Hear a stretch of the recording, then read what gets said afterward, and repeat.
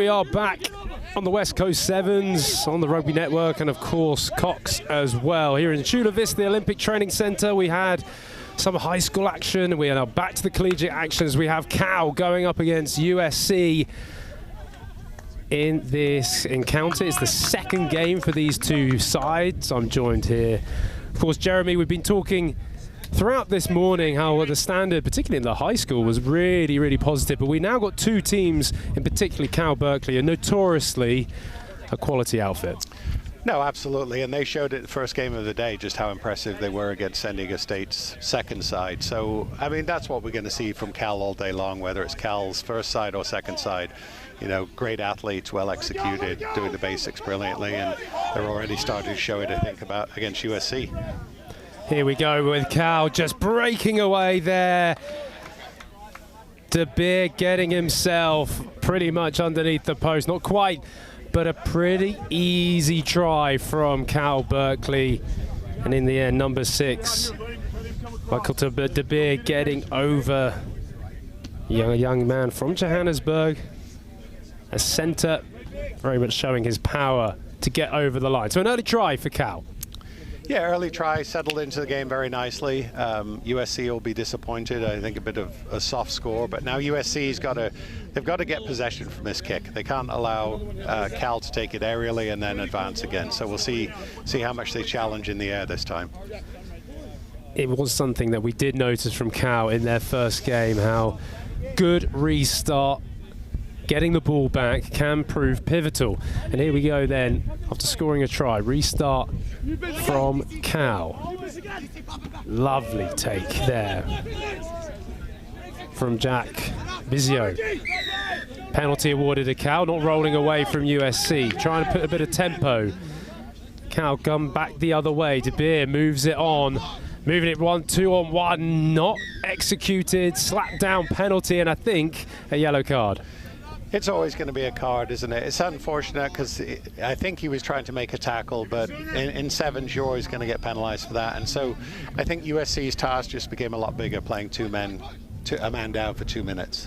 And a lovely tap and go, reverse the direction. In the end, the try, Jack Bizio coming over the man from Frankfurt, getting it in the corner. And it was a lovely little snapback play there. Wanted to go to the width, you thought, but in the end, just coming back down the blind side, it's a try, a second try already for Cal. And Will, I'm assuming, is that Frankfurt, Germany, or Frankfurt? Yes, it looks like it is. So we've got a South African and a German, certainly represented by Cal. And once again, oh, what a beautiful, beautiful conversion there. But Cal just shows, you know, keep it simple, do the basics, and it's very hard to defend. Very hard to defend indeed, really clinical from Cal, from this team led by infamous, well-renowned coach Jack Clark. Of course, the magnificent program Cal have produced in rugby over the years. As now USC come away, finally with their hands on the ball. They need to be clinical now as they move it out to the width, but not quite. Take it into the middle there by number 19, Nathan Kwan. Moving it onto the edge, still maintaining the ball, USC. Looks like a turnover opportunity. Yes, Cal's still at the breakdown, and now they'll definitely have space out to the left if they move it effectively. Turnover and moving out to the left. Can they find the danger man out wide? Yes, they can. Finishing off Solomon Williams. Yes, indeed. That's try number 3 for Cal Berkeley. Great turnover, as you mentioned there, Jeremy. And it all just looked a little bit too easy. No, very easy. And again, USC's passing looks a little slow and inaccurate. And then they were sluggish to the breakdown, and Cal jumped on it. So again, Cal doing Cal things. And I'm sure Riaz is looking at what he needs to do to make the adjustments at halftime, try and get his boys back in it.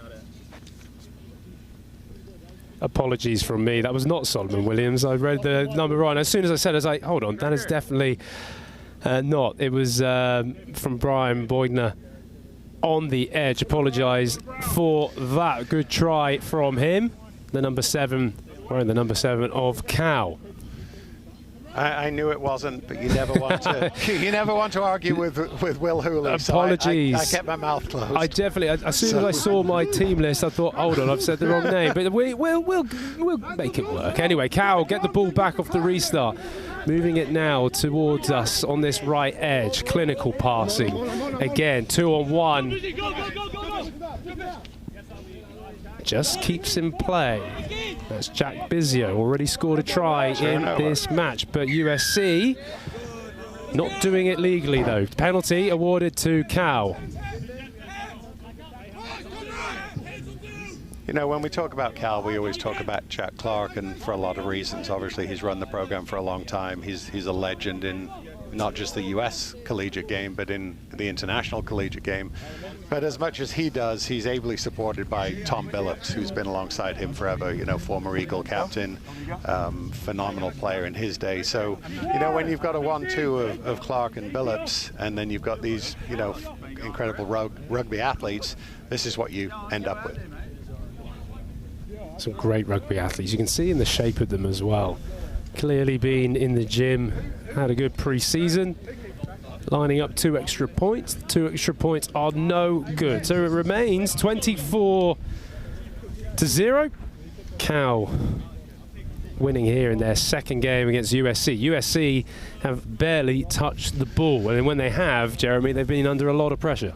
A lot of pressure, and I'm going to sound like a broken record, but they have to attack the receipt of this kick. If they let Cal take the kick, it's going to be even longer, and they let Cal take the kick. So, and a penalty as a result for hitting him in the air. Tap and go then from Cal as they move it down this that far side. Stepping inside, Bogner gets it away. Boyner, sorry. And here we have it. Oh, lovely tap tackle to nearly bring him down, but in the end, Brown gets under the sticks, and it's another try. What a wonderful kickoff, though. I know you said USC didn't take that, but the height that they got off that restart. Well, again, as you know from your days, Will, I mean, the kickoff is an absolute weapon if you do it right, and again, they're doing it right. Other teams, you know, can learn from it. You know, we've seen other teams, you know, go after it, UCLA, for example, but those kickoffs right now, they're the difference in the game. Indeed, it is the difference, and making the difference, of course, is this Cal side. They're 29 points in the lead, 29-0. We're just seeing on screen there, lovely bit of stepping from Brian Boyner, and in the end, nearly but not quite, getting hold of the winger Brown. But we have it 29-0, Cal leading. Welcome back to the West Coast Sevens here on the Rugby Network and Cox, coming to you from Chula Vista, San Diego, the Olympic Training Center, where, of course, the USA 7 Stars train. Bronze medal winning women's team as well did all their graft and grit here on this very field, as now Cal, they are demonstrating a lot of dominance in this 29 points to nothing lead against USC. Cal in white, USC in that reddy brown, notoriously of the Trojan colors, as now Cal bring it away. Again, Brian Boyson, he's been very good in the elusive play on that edge. Quality 7-style attack there from Cal as they move it back towards us. Loose pass there, but they cleaned it up, still retain possession. Just holding on to it. Very well done there. As now Brown as well gets away, and it's his second try of the game. He scored one at the end of the first half, and he starts the second half with another. Very clinical. It was really good to see there, Jeremy, though, is the way of just moving it from one side to the other. It looked very swift, very easy. Yeah, they moved it well, and then even when they had a bad pass, they don't panic. They just, you know, they regroup, get back into position, start moving the ball again, and again, the result is another score. So there's no panic in the Cal side. They know if things go awry, they know how to address it. So it's fun to watch. It is indeed. The conversion slides just wide. So there we have it. Just coming up on screen now, lovely bit of footwork, and just got that offload away. We've talked about really good offloads, and we've also talked about some poor offloads. That was a good one, and Brown gets the second of the day. Yeah, really good offload. I don't think it was quite high school-esque, but it was a nice offload, and I'm sure Cal will take it. We were a fan of those high school games for sure that were on earlier. Contest in the air. Referee deems to play on as Cal move it to the far edge, as they've done so well today. Good hands. As now they move a lovely bit of footwork. Nearly gets tackled himself. But in the end, Cal just racing in under the sticks. Another try. Where's Morgan? And this is just pulling away now. That's the number 6. Michael De Beer, who's been superb. He had a try earlier on in this match as well, so that'll be another one for him. As Cal Berkeley really are looking dominant. You've got to say, out of the collegiate teams we've seen so far, they look the best. Oh, absolutely. The other thing that was interesting there, you know, it was a good contest for the ball in the air, and the ref deemed that it was a, you know, equal contest, so nobody got taken out in the air. And once again, you know, USC was slow to respond, and Cal realized they had an opportunity to strike, and they did so. So again, it's just readiness for the next phase is the difference between these teams. Talking about the referees, our referees, of course, are from the Southern California Rugby Referee Society. So good for them to be with us here today. Without them, we literally wouldn't have an event. So credit to them. I think actually the standard refereeing on the whole has been really good. Slight knock on there from Cal off the restart. You could say their restarts have been top quality that has enabled them to win the ball back, Jeremy, but that one not quite working. Yeah, so there'll probably be some punishment coming for not executing on that, you know, when they're back up at Strawberry Canyon. But yeah, I mean, it's nice here. USC has a scrum. What they have to be prepared for is Cal will be very aggressive at this put-it. As they just get it away though, USC, but not finding their man.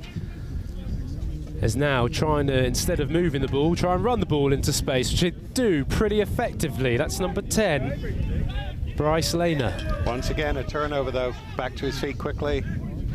Not releasing the ball, and Cal once again has an opportunity to strike. And they do, as they move it out wide, a 2-on-1 on the edge. They find it, stepping, keeping the ball alive, and it's a dive into the corner. Cal moving their way towards the half century of points. It's incredibly impressive. And that try finished off by number 10, Cormac Saint. Really quality, just the way that they just pounce on those opportunities, Cal. Absolutely, a very consistent theme.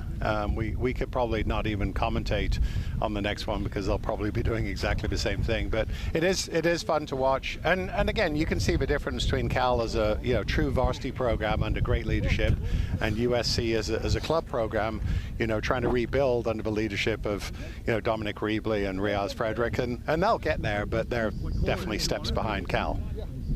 We need teams like USC producing rugby talent. Obviously, just the name behind it at USC.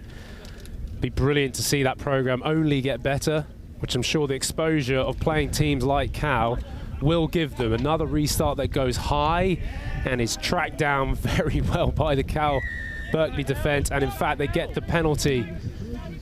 Another one for not releasing. There we go, so moved away, tap penalty there. Jumped inside, back to the winger, and that's a lovely. Oliver T comes over. Really smart play. I really like the way they're changing direction, and they're a little bit of a push and a shove, maybe out of frustration from USC, because that brings up the 50 points for Cal. Oh, absolutely. Frustration has to be, front and center. They're being a little bit embarrassed right now, unfortunately. 53-0, kick to come. So again, USC has to look at who else is on the competition today and try and target a team that they can really contest with, and clearly it's not Cal. I got one. As you can see on screen there, just a lovely little back to that blindside ball. Just too good opening up the space. So now we're joined again. Cal had the penalty from the restarts. They had the tap and go. You're just going to see on screen a brilliant bit of work down this edge and a finish that matches what was wonderful ball control and ball movement. And Teague, well, he's already got one, and he backs it up with another. Again, incredible. Tap penalty in the middle for a silly play under the post, on the last try, and just I think 3 sets of hands, and once again 5, potentially 7 points. So there's really not much more you can say. I mean, The game is up in about 15 seconds, but the game's been up for several minutes. Not quite adding the extra 2. There's still more to this game to be played, but for Cal, they really have put their foot on the throat of this USC side, and has been incredibly impressive. To score 60 points in a sevens game is no mean feat, as now they have another restart, which has been going so well for them. So they go deep now into the USC hands. Can they show something to finish this game? Miller on his hands on the ball. He was brilliant in the first game, but a loose pass that doesn't find anyone. Good offloading work. Decides to kick it through USC. Chasing after it. Cal clear it up. Good competitive. USC certainly not giving up at all in this game, going right to the end. Although that was illegal, coming off his feet. So do Cal, and a little bit of back check to the referee. What do they do here? Do they decide to kick the ball out? Do they decide to maybe put another try on the board? I think we'll see some grace here. There we have it. We do indeed. Game over then here. Second game for these two sides. Cal winning 60 points to nothing.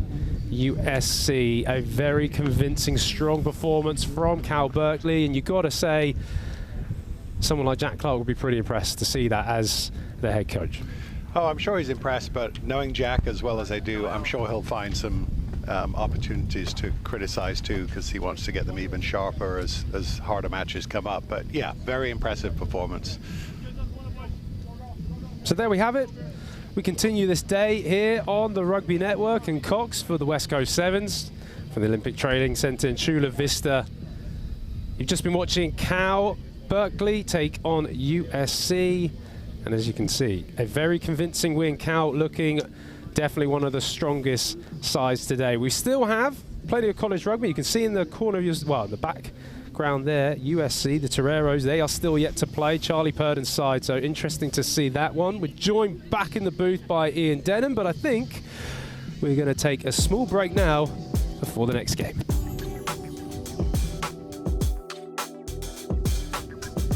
We are back at the Olympic Training Centre, and we're back to the West Coast Sevens. We just saw Cal have a little bit of a rout in the last game. They got to 60 points, but this is the first time now today we get to have a look at this local team, the USD Toreros. They're playing against San Diego State 2, who had a loss earlier in the day, but it's our first opportunity.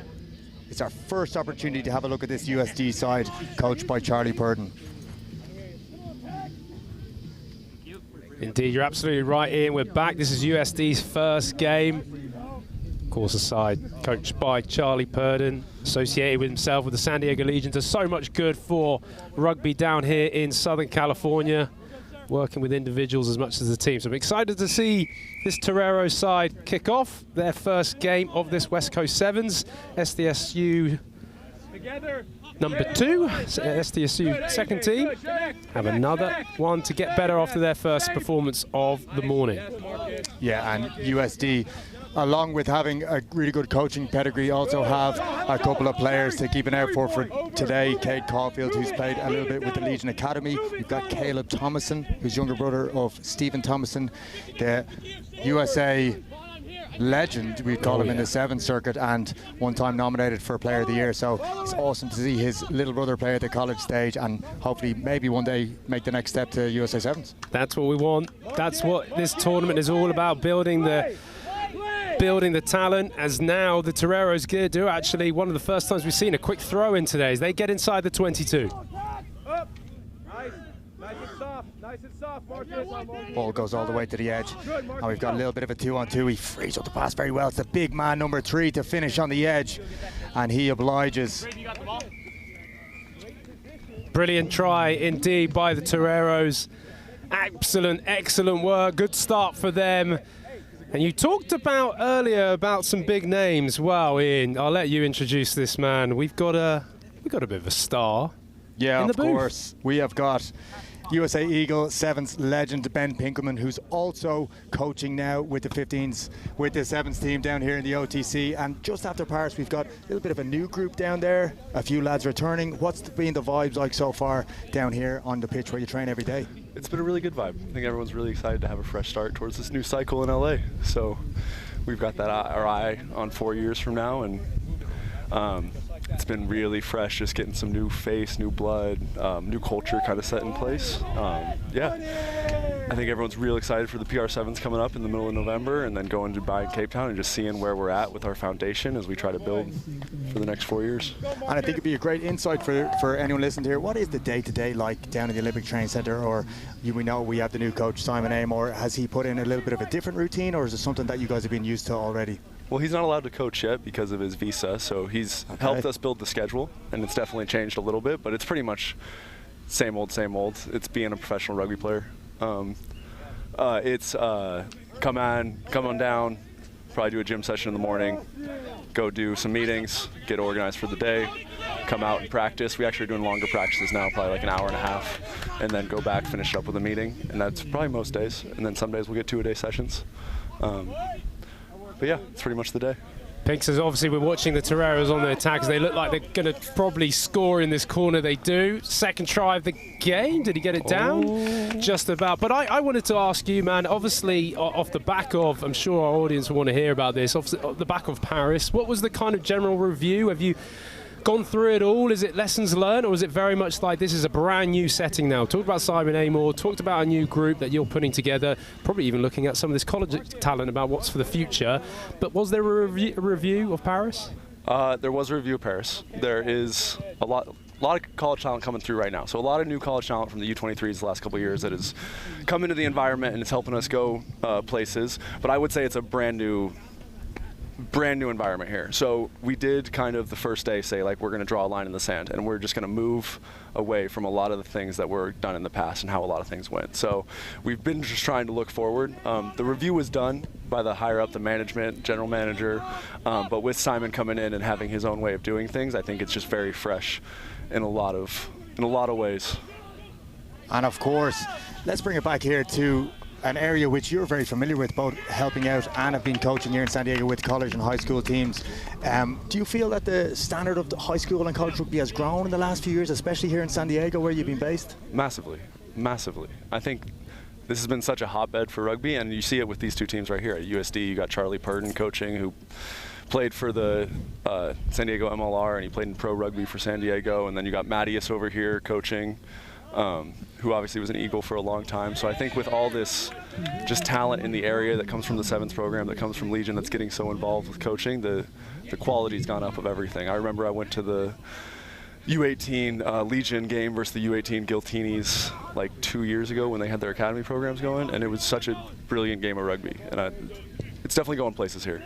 Just a quick one as well, Pink. What are you looking out for in these young guys? They're throwing themselves about, but as a coach and a spotting talent, what are you looking in these young athletes? You got to have really good base skills, so just that's the starting point. If you can't get past that really good catch pass at speed, both hands, then we're not going to go very far.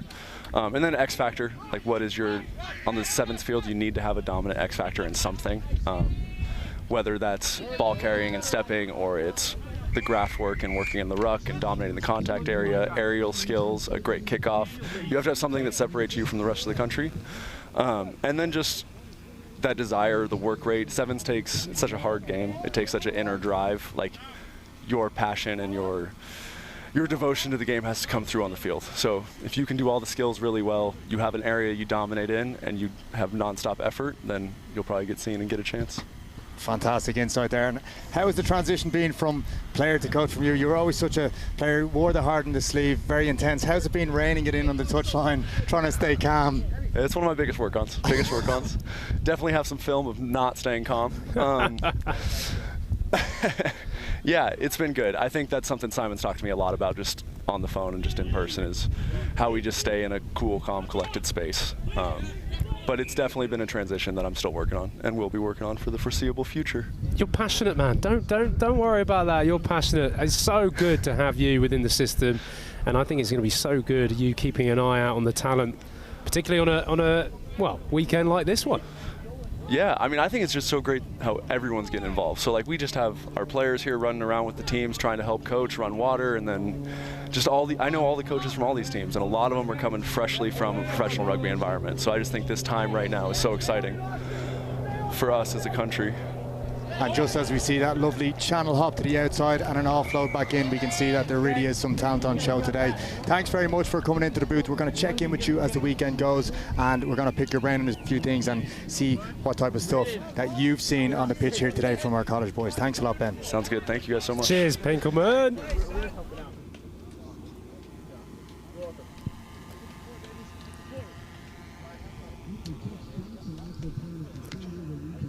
How good to have an Olympian and a Rugby World Cup winner, I say winner, Rugby World Cup player as well, in Ben Pinkelman coming to the booth, as we've been also witnessing USD convincingly winning this first half. Yeah, it's something that I think we've talked about in the past as well, is that we actually have access to these Olympians and these top level players here within the rugby circles. I know, and don't know too much about it now, but in the NBA and baseball it'd be very hard to get a one-on-one interview or even some coaching from players who are at the top level of the game, but we actually managed to have Olympians down working with these college and high school kids. How good? So good. So good across the board, of course, in the men's game, but also in our women's game as well. We've mentioned it already, but that bronze medal in the Olympics is brilliant. So yeah, great to have Ben Pinkelman with us, and I'm sure we might even hear some more from him during the day. Yeah, we'll check in with those coaches as the tournament goes on, as we just see here on camera the two teams going for their halftime team talk. Ryan Mattias with the San Diego State boys and Charlie Purdon down with the USD lads. A lot of calmness from both teams. You can even see just the calmness, the self-assurance from the coaches is trickling down to these players. Yeah, they really do. I mean, what I also find we haven't probably mentioned as much on air is obviously the flipping between the two. I know USD have been playing their 15s game as well, and obviously 15s and 7s, they're two different brands of rugby. I think some people, may not just think, oh, well, that's just rugby. It's like, no, they are very different. So a lot of these guys, I know a lot of these Torrey's boys play in that 15s team for USD, and how then they try and translate that or change things up, adapt to 7s is key today. They've done all right so far in this side, a very gutsy SDSU second team, but I'm sure USD will come across some harder competition as the day goes on. And it's very interesting that you mentioned the difference between the 15s and 7s. We possibly could have come from a more traditional background ourselves. I know myself in Ireland, 7s was just seen as a way to elevate your skill, something fun to do during the summer, possibly get over to Spain and pick up a tan. But now you've seen lads who are coming in just for the 7s themselves and trying to get up there to that Olympics level, without ever even having to play it again in 15s. I think that's the big one there, though, Ian, is that it's the gold medal. The gold medal drives, to be honest, a lot of what USA Rugby wants to be about. We want to go for that gold medal in 2028, both in the men and the women, of course, being in Los Angeles. But I genuinely believe the two can marry each other in the development of a player, being across the board from 15s, also working within the 7s program.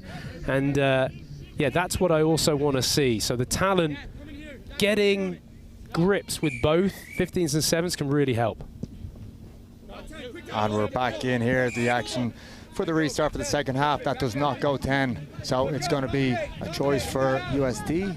They decide to go that quick. They're not going to pack it down. We can hear the calls for scrum from the touchline, but it looks like that choice has really worked out in the end, because we have a lovely little step and a show of speed from our number 2, Paulie Habib, who has played with the Legion Academy and has played a bit of PR7, so he's doing fantastically well. I was going to mention, I know Paul Habib, he's a very good athlete. Talking about obviously the crossover between 15s and 7s, he's a very good 15s player as well, getting his hands on the ball, getting into space, as I think has just been replaced. There you go, score a try, buddy, off you come. Charlie Purdon subs in, as now the extra points look. Just as we look at that restart there, they have the option to pack it down if it doesn't go 10, but they decide to feed the speed right off the bat, and he's got no problem at all, and absolutely rinsing that player on the outside, and gets himself his first try of the day. Usually in the centres, he finds himself wearing the 12 shirt in the Torrey's colours when he's playing 15s, and just showing his pace and power. Another good restart from the Torrey's as they win the ball back. Yeah, just a knock there from San Diego State. Just put it right up into that sunshine, and USD are finding themselves in a very similar position that they were when they just scored that try.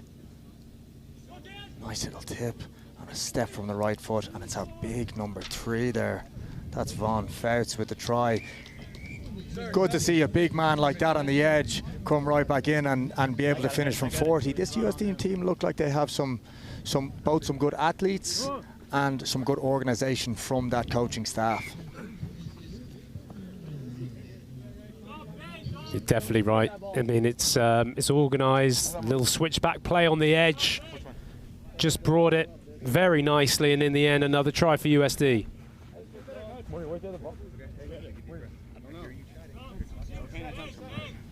And just as we go back here to the action, you can see that USD are up 32 points to 0. An up-and-coming team. Do you think that teams like this can challenge the big boys in Cal, maybe?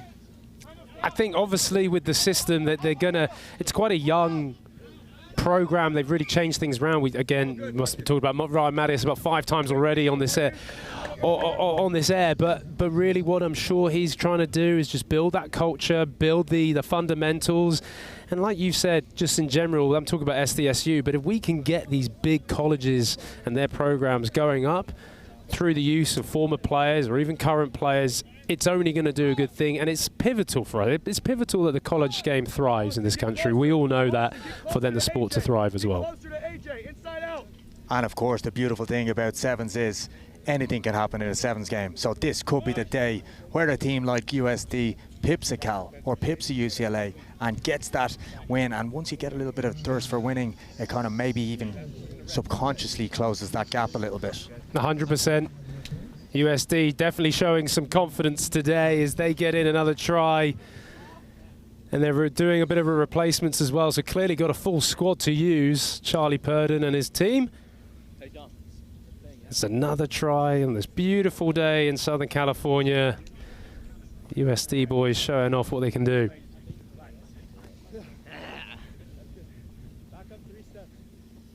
A good strike off the ball, but it goes away to the left. And USD are in no hurry to restart this game. It's 37 points to 0 as SDSU look to claim this restart. They've missed the last couple. They'll be doing themselves a couple of favours by taking this one. But the restarts from the USD team have been great. This one's caught very well by our number 17 from San Diego State, and they get the ball moving. Good chop tackle here, and USD look for a poach, which they might have won, and the ref is going to call that. Again, the calls for quick and the calls for go from the touchline means this USD team really want to play things quick. One tap to the outside, and we're back in again. We've really been in one half for this entire game with USD's Josh Butler going in there just into the left-hand side of the sticks. And again, another try on the board for USD. They look like a fit team, strong team, USD. Just a little bit too easy in this game, but I'm already eyeing up potentially. Just hits the post, another 2 points go miss, but I'm eyeing up potentially for them some big encounters. You talked about Cal. Obviously we were impressed by them in the last game, but USD showing a lot of quality.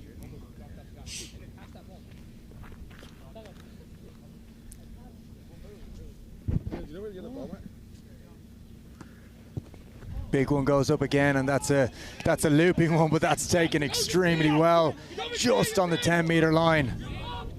And San Diego State are going to try play with that ball again.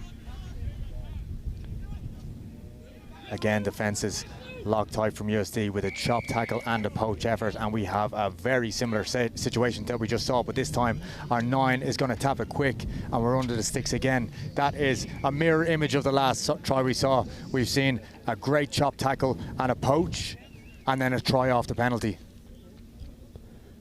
Quality stuff by the Toreros, and really have completely run away with this in the end. USD, I'm sure, will try and put this 2 points over. There we have it, 49 points to nothing. Very dominant. So I think we're going to change things up a little bit, and I believe we got Jeremy with NCR's COO, Wade Smith. Great, thanks for the handoff. I really appreciate it. I'm Standing here with Wade Smith, COO of NCR, National Collegiate Rugby. Thanks for joining us today. Tell me, what have you seen so far? What do you think of the tournament? Oh, well, it's just a really fantastic event. It's my first time at West Coast Sevens, but as a Southern California guy, it's really great to have an event like this in my backyard. It's a great opportunity to showcase and grow rugby here in Southern California. Yeah, well, it's great to have you here as well. I mean, you attend a lot of tournaments and you run some phenomenal tournaments. So it's also good to see some of your teams, competing, USD, USC, Claremont, a few others. So it's nice to have a mix of these teams coming here and contributing to the competition. So what do you think of the OTC and the setup? Oh, it's really great. I mean, it's a really special environment, and it's great to see some of our teams here. As you say, we know some of these teams really well. National Collegiate Rugby is really pleased to be a partner with West Coast Sevens. We see tournaments like this as an opportunity for teams to build out their resumes as we get closer to selection time for national championships. Yeah, terrific. And you run a championship at the end of April in Maryland, I believe, right. CRC. How's that looking for this upcoming season? Well, we're really excited. So the Collegiate Rugby Championship, the National Championship for Sevens, is on April 25th through 27th. That's in Boyds, Maryland, just outside of Washington, D.C. We'll have 144 teams there again, just like last year. It'll be 8 men's and women's divisions. And we're really looking forward to seeing some of the teams here at CRC this year. Yeah, absolutely. I was there last year, and a very, very well-run tournament. Great teams, great competition. The facilities were incredible. Just a bigger version of this. So a last question for you is, what do you look for in some of these teams to, have them, give them the ability to earn their way into the CRC?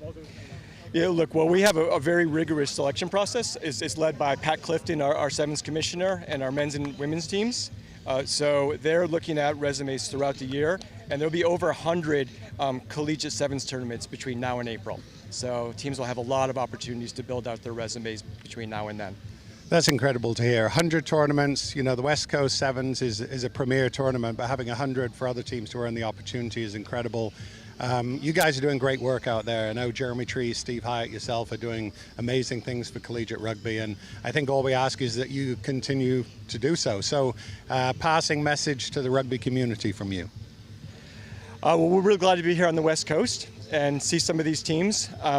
We are excited about the season. We're 3 weeks away from our 15s championships, already planning for sevens, and it's going to be a fantastic year for college rugby. We're already seeing organic growth through all of our registration this year. Well, it's been great having you here, Wade. Appreciate it. Tell the boys back at NCR hello from us, and continuing to enjoy the rest of the day. Good talking. All right, thanks for your time.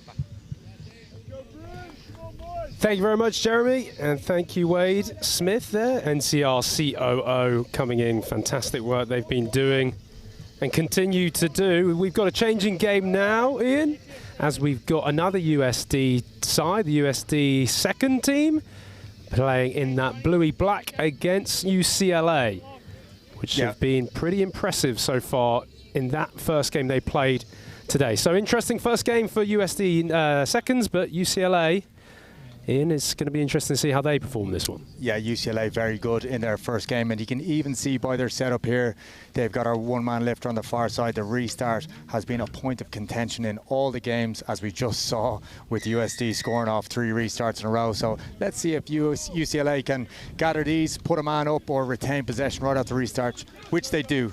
Dayan Joyce brings it right to the edge, and they're going to try and put the foot down from the start of the game. Some D skills already as we're going from side to side here, and it's Max Griffiths on the edge. Can he put on some footwork? Yes, he can, but he's just pulled down.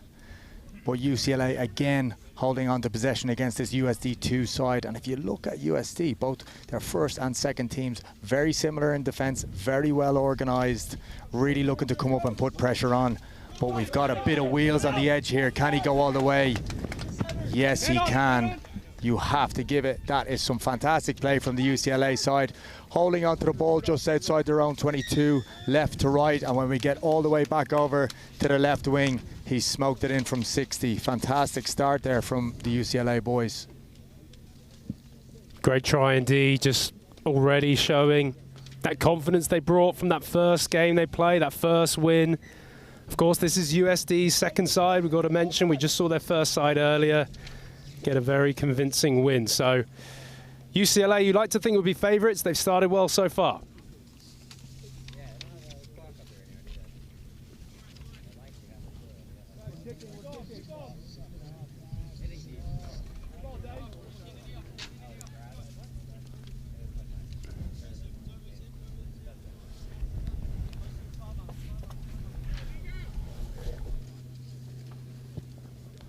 Restarts a high one just on the 15-meter channel there from UCLA, and it's recovered.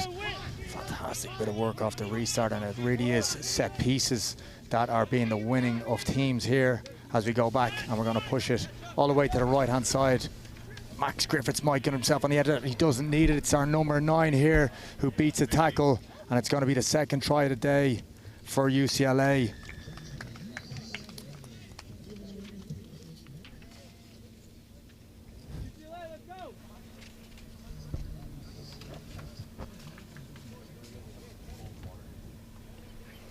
$12 points to 0 now with the conversion still to come, and fantastic movement to the ball we've seen from this UCLA side already. They've gone from one side of the pitch to the other for a first try, and this one is just a very clean set of hands with the conversion to come. That one is not successful, but we're at 12 points to 0 against USD 2 just at the start of the game.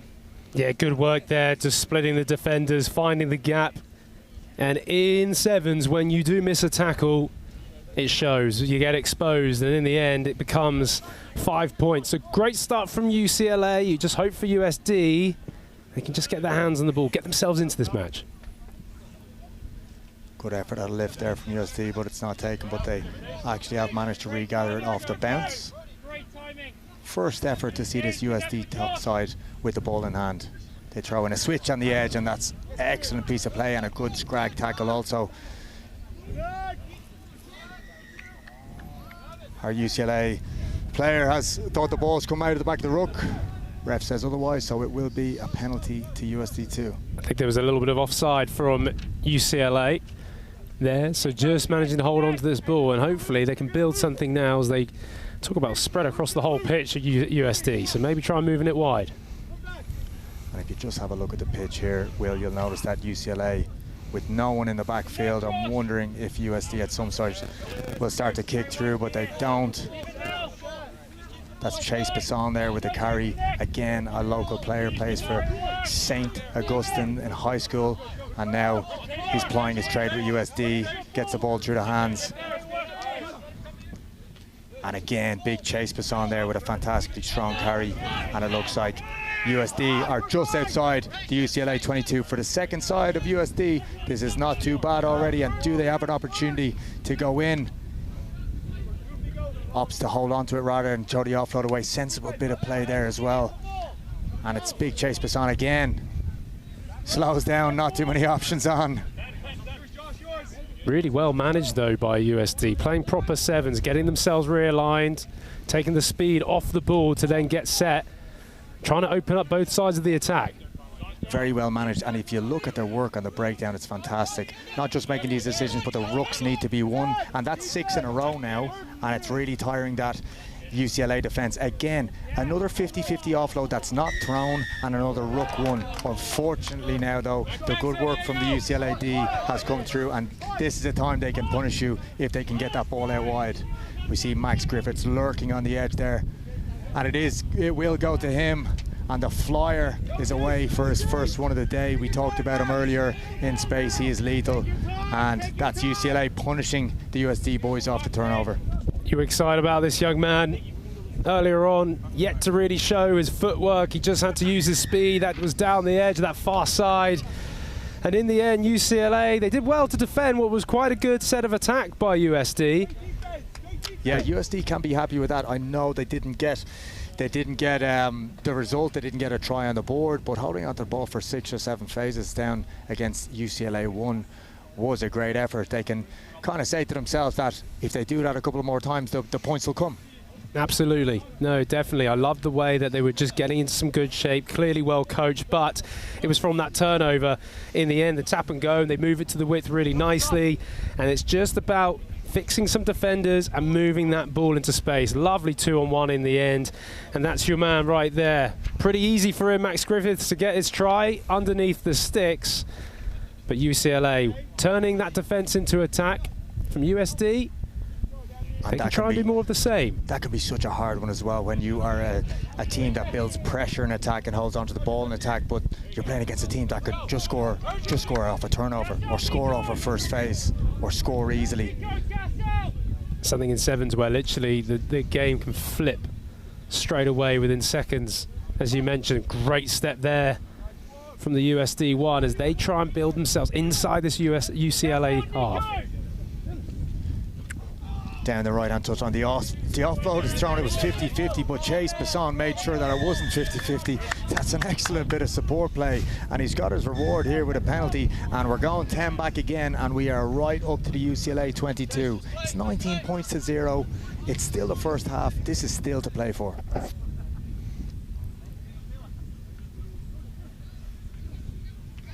Steps off the left, steps off the right, and has a strong carry, and again the work at the breakdown is spectacular. Big Chase Basson, he's really putting his hand up, getting his hand on the ball, and he's saying, I'm going to be the go-to man when it comes to attack. He looked left and right, and then he found the space that was just in front of him. I've said it already, yes, you want to move it to the edge in sevens, but sometimes just going through the middle of the defense is where they're unexpected, or where certainly the defenders become a little bit tired, a little bit lazy around the ruck. Basson doing really well, just a throw of the dummy, and he gets a try under the post, and I believe that's him who's just converted his own try. So 7 points for USD at the end of the half, showing what they're about.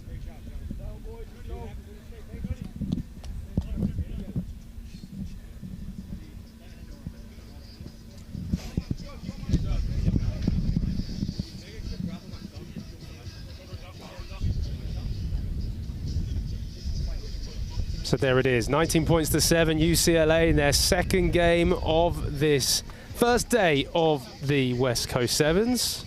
Here with you on the Rugby Network and on Cox. And USD second, showing a good display, good try at the end there, as we are at the half-time break.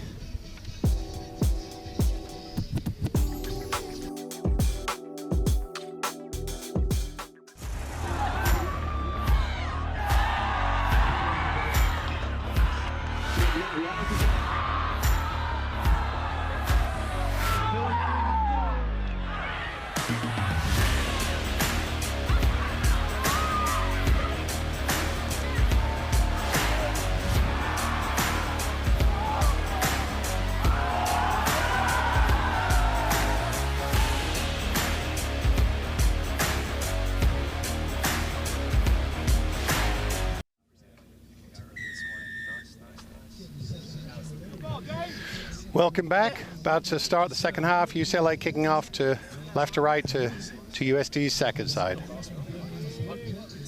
Nice high kick there. Retrieved by UCLA though, on the front foot right away.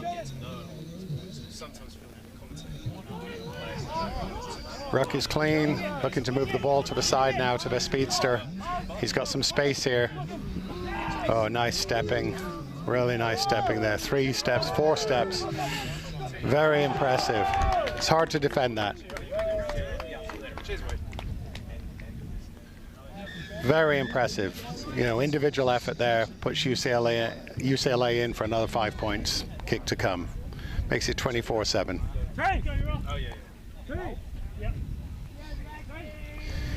You know, you put the ball in someone like Max Griffith's hands and you can see, you know, his talent, his capabilities. You know, he literally created that from almost nothing. So, fine young rugby player. Very impressive.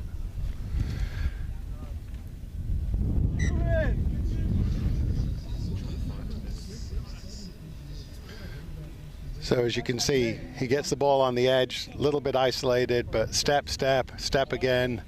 And heading to the outside, you know, just moving the hips, ball in the right hand so that he can fend with his left. And the result is a very pretty try.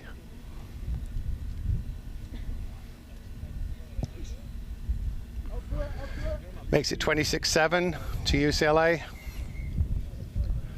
Knock on, there'll be scrum down just outside the USD 22 USD's put in.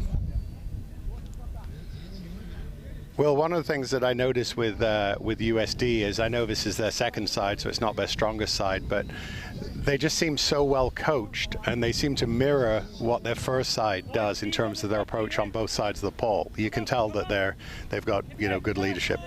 Yeah, 100%. Just the way how they're holding their feet at the right times, trying to get width on the ball, but also slowing it down. They need to just reset. All key aspects to sevens that you can tell when a good team is coached in that way, which of course, mentioned him plenty of times already, but Charlie Purdon, head coach, leader of this USD program, is showing. But this UCLA side definitely has some talent, definitely has some X factor as now they continue to build themselves inside the USD half. Yeah, UCLA has some weapons. Clearly some guys who've had a rugby ball in their hand for a long time. They're very patient when they need to be patient, but then they strike when they need to strike, and which is probably what they're about to try and do right now, again with Griffiths on the edge. UCLA working this now to the edge, as you said. We've already mentioned Max Griffiths. He's scored a try already in this game, gets tackled well. As now UCLA try and spin it the other way. Good long passing, creating a 2-on-1, not needed in the end. And there Ewan Latimer gets over. Great little straighten up from the number 10 for UCLA. And Jeremy, that was well executed from UCLA. Well executed, and again from a very simple situation. It was moving the ball effectively through the hands, you know, catch passes we've talked about a few times today, and then looking for that step and gap, and that line by him was very impressive, and now he's got the kick to come. Kick to come indeed, can make it an extra couple of points to his own name. UCLA playing in that notorious light blue and white Bruins outfit as it goes through. So we have a 33 points to 7 gain. There's still quite a bit of time left in this second half as we're just seeing this try. The movement of the ball, Jeremy, on this try from UCLA was clinical. Absolutely, just catch pass, going forward, continue your momentum, and the result is another score. USD needs to get some possession. They need to get out of their end. They've been stuck down their end for a while, and Chase Basson, who's a very fine rugby player, and some of his teammates, they just need the ball in hand for a little bit, which they have now, so let's see what they can do with it. Great take there from USD as they try and just build themselves. They scored a wonderful try in the first half, as now they try and claim themselves away. It's a brilliant run from the number 12, Connor Carew. Great carry and great tap tackle, though, to stop his momentum. Very impressive. Very impressive, yeah. It's a good last bit of defense when you thought USD had just broken through in the end. So a scrum for UCLA in the middle of the field. If you've just joined us here, West Coast Sevens, fantastic event here at the Olympic Training Center, Chula Vista, San Diego. Seeing some top quality college talent, and we've also seen some high school talent, which we've been talking about how good that was earlier today. Oh, incredible. Look forward to some more of that. You know, we're only at noon, Will. We've still got a long day of rugby ahead of us, so we got to keep gargling. And a long day still it could be for this USD second team, because UCLA pull away. Brian Boyner gets himself down. Sorry, that's not Brian Boyner. I'm getting myself confused. Jaden Seabrook for UCLA getting under the stick. So try again for UCLA. Yeah, simple rugby again. I mean, obviously the finish was great, the speed was great, but just very simple, moving the ball, nothing overly fancy. You see an opportunity for some gas or a bit of a gap, and they're taking it and they're finishing. And again, UCLA, I mean, if you look at the teams we've seen so far today, I think, you know, Cal clearly stood out, you know, both their first and second side, but UCLA can cause some problems. And also from what I've seen so far, I think that University of San Diego and GCU could be in the mix here. So it's going to be exciting to see this battle for positions. Yes, indeed. Some brilliant rugby on display. As you can see there, replay of that try. As we have UCLA kicking off into a slight wind. That will be an excuse why I got maybe a couple of the names wrong earlier, because our stuff is blowing everywhere here in the booth. But we have got now USD on the ball. Can they produce a last play of this match, get a try in their name as they try and move it into the middle, switching back to the near side, but knock on to knock on as we now come to the last sort of 10 seconds of this game. Jeremy, you mentioned how UCLA maybe are one of the contenders in this. Have you seen enough, though, from this set of boys? I know they've rotated their team a little bit. I think I've seen enough to know that they can be a factor. They're definitely a step behind what we've seen of Cal so far, but this could change any time. And sevens, as you know, can turn on a dime. So I don't think that anyone will be handing the cup to Cal anytime soon. There, this last attack, though, from UCLA. And it's number 8, Zach Wall, who just strolls through in the end. You could say rubbing salt on the wounds of USD second team. So there you go, another try, making it 45-7, conversion to come. But it's been a dominant display from UCLA. Yeah, and Will, I liked your comment there. I mean, the tropical storm we're experiencing here in Chula Vista is definitely having an impact on the paperwork. So we have to be aware of the weather we're surrounded by. Terrible day here in Southern California. If you're just joining us, this thing in the sky called the sun is shining, and unfortunately, though, that kick goes adrift. So it's 45-7, the final score here. UCLA with a convincing win. As you can see, this last try in the end, Zach Wall just picking off the defenders down that blind side. All a bit too easy. Great win for UCLA. That's their second game, their second win of the day, as the teams shake hands. Yeah, I think we'll take a short break here for an interview, and then we'll get back to Claremont against San Diego State. Yes, indeed. And the interview, we've got Ian Denham. He's moved himself over, and we talked about earlier, we had Ben Pinkelman, but we've also got a current USA 7 star in the form of Adam Channel. Over to you, buddy, over there.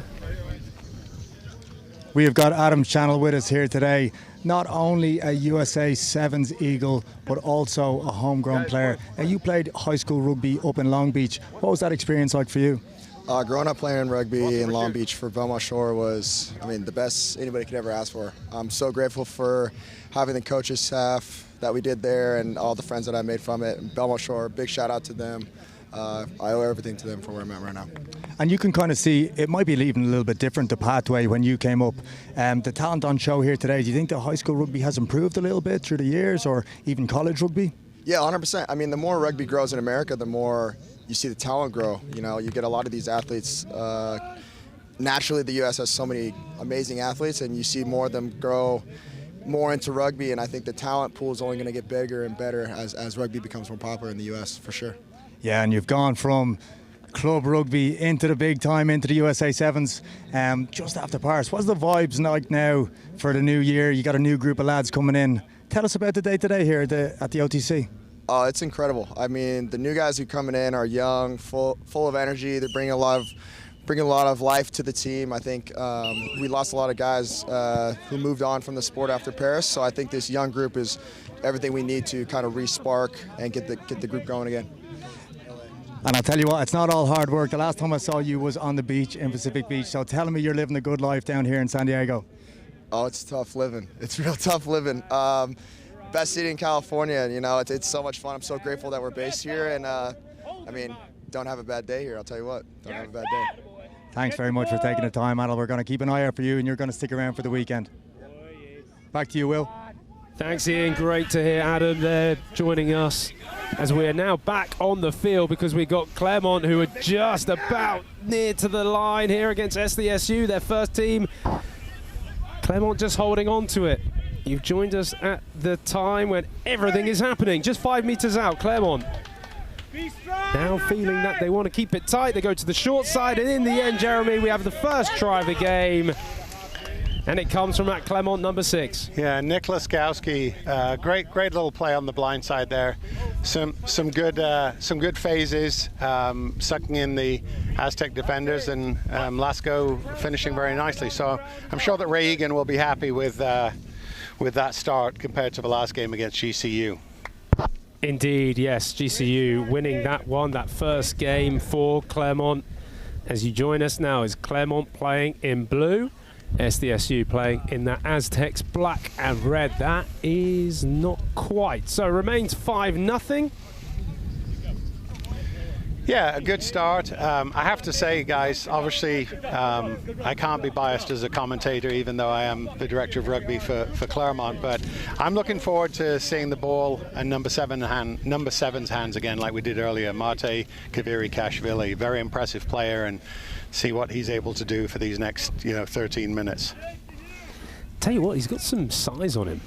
There's no doubt about that, the number 7, as they kick towards him on that far side of the field.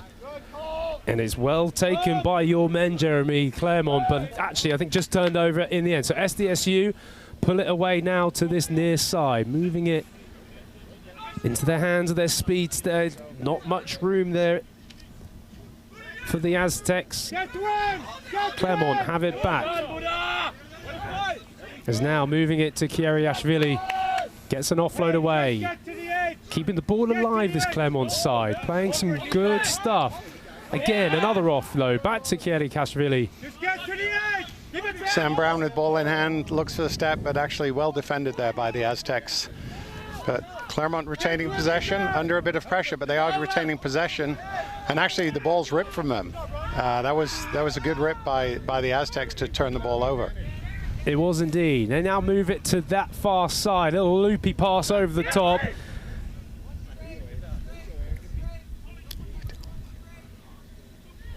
Colin Albert trying to get away there for that SDSU side. It's highly competitive in the breakdown areas. Now it's turned over to Claremont. It's everyone's at the moment, as now Claremont come away with it. As physical game as we've seen so far during this West Coast Sevens. Kiriashvili then has his hands. We've mentioned his name plenty because he gets his hands on the ball a lot. Good Moving again, another offload. Keeping the ball alive here, Claremont. Still no knock-ons. It's still a little bit scrappy, though. Yeah, they're very narrow. I mean, they're retaining possession, but not creating a lot of opportunities. Now they'll be looking to move the ball to space, I would think. Having said that, they try and go through the middle again. So, trying to just hold on to the ball, be patient. Competitive at the breakdown, SDSU. Trying to look for that turnover. Big ball over the top. Ortiz now, can he reach? Not quite. And it's a fantastic turnover by SDSU as they look to go quickly. I think we all want to try and have a breath there, but Jeremy, that was full on. And in the end, Claremont was so close. No, I mean, again, good phases, a little congested, bit of an individual carry there, got turned over. But, I mean, I'll tell you, the Claremont guys and Coach Ray Egan must be happy with the improvement from the last game, at least to start with. Looks feisty, nearly going over there. But a great turnover from SDSU. That just relieves that pressure. They kick it just outside the 22 as we were in this first half of this second game for both sides. So SDSU playing in black, of course Claremont playing in that navy blue.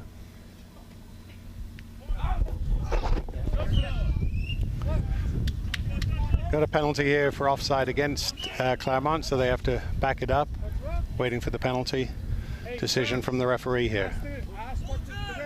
And we just got a man down. I think came down quite awkwardly in that line-out. It certainly wasn't clean ball. Hoping that he's going to be okay, the SDSU man. As we wait for some treatment. Jeremy, we sort of, as I say, second game for these two sides, and you've just mentioned Claremont. We'll talk about your boys. Just feeling there's a bit more continuity going on, you reckon? I think there's a bit more continuity, more of a willingness to move the ball. I think their passing to hand has been better than in the first game. I would like to see them open it up a little bit more. They've got the Aztec defense very congested, and they're not taking advantage of trying to move it, side to side. Maybe lacking a little bit of confidence in the pass. But yeah, again, a good start, but trust me, the way the Aztecs play, this game is far from over as a one-score game, as you can tell. if there's anything they're going to play like the way Ryan Mattis played, it's fast and it's dynamic. So keep an eye on this SDSU team, of course, coached and led by Ryan Mattis, former San Diego Legionnaire legend and USA Rugby in the 15s and 7s format. So brilliant to have his insight within that SDSU rugby program. No, he's a great add to the collegiate game. I was fortunate to interview him 2 weeks ago up at Claremont, and he's just a class act, and he's going to bring his class and his experience and his attitude to the Aztecs, and as I said earlier, I think he'll transform them. Ronan Green gets it in, number 7 for SDSU, and also passes it away to that wide edge. Keep your line! Is now SDSU trying to keep the ball alive, as they do. Good defense there by Sam Brown, solid tackle. Slips up a little bit high, a bit of a seatbelt tackle, so it's going to be a penalty to SDSU to keep the pressure on. Tap and go then from the Aztecs as they come through the middle. Brilliant offload in the end. That goes to number 5, Aprilia. And that is going to be Aprilia under the post. Wonderful try from the young man, the 5 from the SDSU team, as they get themselves on the board and they level this. But with the try underneath the post, you'd like to think they might take the lead. Yeah, absolutely. And I think the other thing on that series there, I don't know if we have a replay of it, but the Aztecs believed it was clearly a forward pass, so we are going to see it, I think, coming. They believed it was a forward pass, and they stopped. And you just can't stop because the ref is the arbiter of the game. And so, you know, you got to keep playing, and, you know, sometimes here we have it. You know, again, a great carry. Looks like the ball was ripped there, bouncing around. It looks like Claremont stops for a second, thinking it's a knock-on, and then 5 is just able to run through virtually untouched to make this a game with the kick to come. I guess 7-5 now, or 5-5. They missed the kick, but that's a surprise. There we have it, 5-5. Scored by the 5 of SDSU. Real tight one here in this second game for these two sides in Claremont and San Diego State. Joining us here for West Coast Sevens and the Chula Vista Olympic Training Center here on the Rugby Network, and of course Cox. It's a brilliant collegiate and high school rugby event. We'll take a little break here before we join the second half action, as it's getting hot and toasty here in Southern California.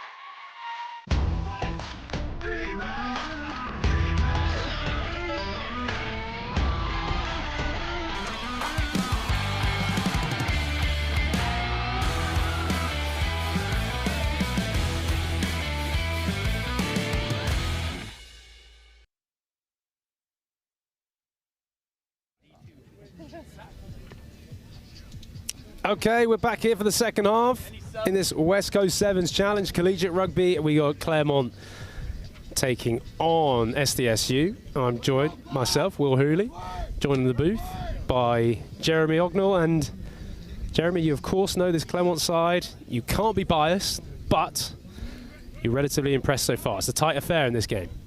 Yeah, again, impressed certainly relative to the first game this morning, where I think they were very disappointed, and I know they were disappointed themselves. I think the more in this second half, they'll be looking to get the ball into Marte's hand, to Sam Brown, to Nick Laskowski, try and get some edge play and you know, create some width. So we'll see how they do it. Well, they got hold of the ball now as Claremont playing in blue. There it is, the danger man there, number 7, Kurikashvili. Your fist goes up and thumb goes up here in the booth, Jeremy. Pleased with that try, and Claremont, early start in the second half, get a 5 points underneath the post.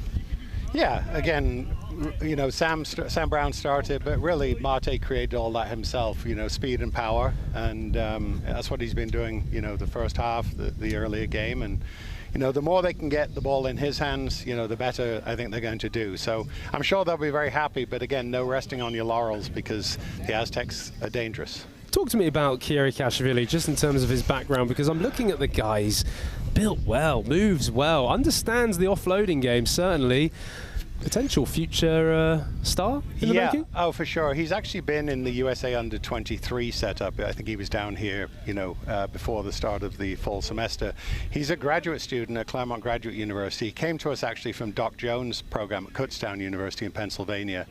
And he's actually originally, he's an American citizen, but he's originally from Georgia in Eastern Europe. And he's a phenomenal young man as well as a phenomenal rugby player and a great leader. And so the more they can lean on him for his leadership and culture and experience, then the better I think Claremont will be. Indeed, but they might have to be better in this situation as SDSU pull it away as they make this run with Woolery. Gets it back inside. It's a wonderful try. Madadyan gets it under the post, and that's a brilliant try from SDSU. What about a response from the Aztecs? Incredible. They needed to do it, and they did it first phase. It was truly impressive. Again, I think they'll be disappointed. The Claremont will be disappointed. There's a missed tackle on the edge, which really set them up to be able to cut back inside. And that's what I've seen a couple of times already today for Claremont, is a little bit of weakness, not good body position in the tackle, and they've got to clean that up if they want to close this game out. Conversion is good, so they will take this game to be equal, 12 apiece. Lovely bit of work on the outside. Look at that for a strong fend. And the offloading. The offloading has definitely got better as the day has gone on within this competition, for sure. Absolutely. You know, the ground is dry now. There's no dew. There's no excuses. The wind probably is a bit more of a factor now than it was this morning. But like you said, cleaner passing, better decisions, and we're seeing a very tight contest. Great kickoff, but great take in the end from Claremont as they get hold of the ball inside the second half. They'll out the back. Good tackle. And there you go, you can even hear it. SDSU are fired up for this one. Some very good defense in the end by Baden Davis, the number 12 from SDSU. Yeah, great defense. Not the best decision necessarily, and the throw's not straight at the line out, so I think Claremont will have possession here, have an opportunity. Free kick. Free kick for Claremont. They play quick, they try and move it to that far edge. Kashvili tells his man, run, take the space. Offload doesn't go to the Sevens' hands. They keep hold of it just on that far edge. As now a great little run there from the number 6. Yes, Nicholas Kowski, great run. Good pursuit by SDSU, but a penalty here for not releasing him.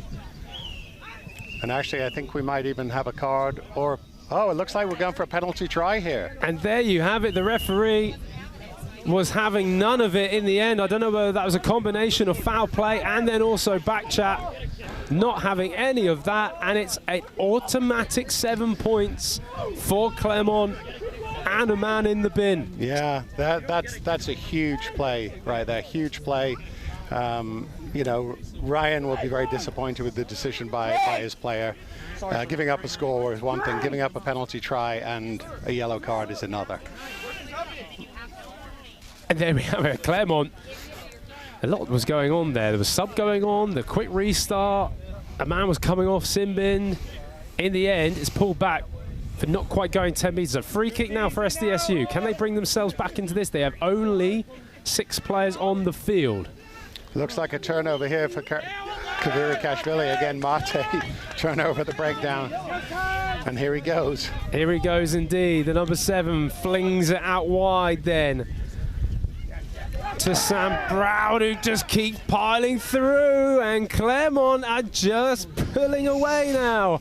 Another try, and that makes it 24-12, doubling the total of what SDSU, we thought they would really bring themselves back into the game. Just like that in Sevens, Jeremy, it turns itself into the favor, and it turns itself into the favor of your team, Claremont. Yeah, it turned their favor, although having said that, it looks as though Sam Brown with his swan dive has actually injured himself, and so our captain and definitely leader is exiting the field. So not necessarily the most intelligent decision by him after the score. There you go, kids. You're watching at home. Just be wary of your celebrations. Last thing you need is getting injured, but we watch it back here. Kashvili just putting the pace on the ball from his turnover, but in the end, Sam Brown, little show and go, straightens up. And in the end, here's the swan dive. It looked beautiful, but unfortunately, maybe a bit of a crash landing. Yeah, looks like the result isn't good. So, you know, I guess with a couple of minutes left in the game here, Claremont will probably want to slow the game down a little bit. You know, 2-score lead here, and see if they can, you know, eke out this victory. Actually, we've got about 35 seconds left to go. So, great opportunity for Claremont here, but I know the Aztecs will be pushing for one more score. Referees just hold fire before the game restarts. I think we still do have play. I think there's a question of whether time is up or not. SDSU, remember, have a man in the bin. They only have 6 on the field, so still man advantage. Claremont, you like to think the game is theirs. They go short. Picked up by SDSU. Can they have a last attack? Maybe even a last try of the game. Good contest there again at the breakdown by Kashvili. Turns it over. Laskowski loses it though. But again, once again, a great turnover. Perhaps time for one more play, I think, Will.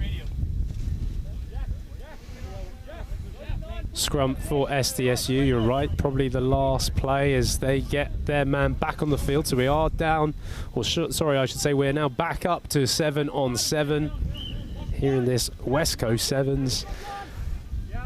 Pool game, SDSU have to put it into the scrum. Can they get something on the board to finish off strongly? It has been Claremont's gain in the end. Free kick. Early push, so they've got a free play here. Let's see what they can do with it. Try and bring a little more credibility to the scoreboard. As now they move it out wide. Good work there.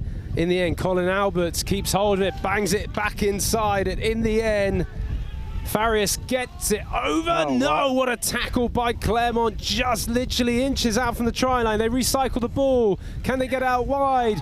Number 7, yes, Roden Green. He came off from the sin bin, and he comes on, scores the try, and gets the conversion. The referee is gonna blow the final whistle. So there you have it. Claremont in the end, hold on. 24 points to 19, and Jeremy, go on. The air is yours to say well done to your team. No, well done, definitely.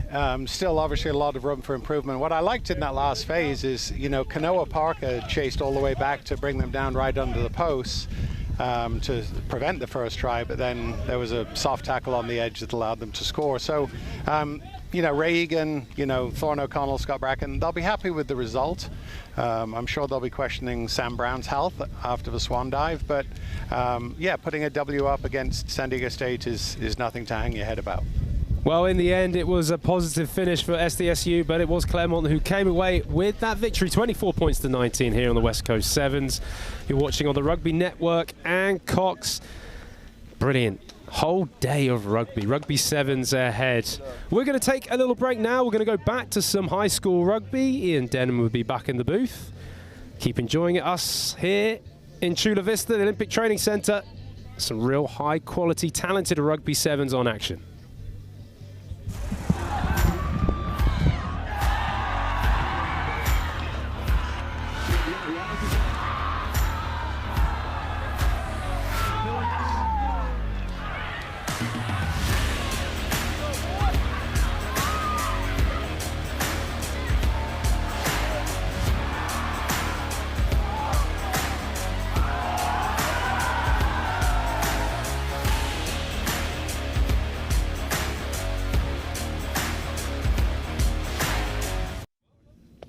Welcome back to the West Coast Sevens. We are taking a break from the collegiate rugby, going back into the high school showcase. It is the St. Augustine Saints against Cathedral Catholic.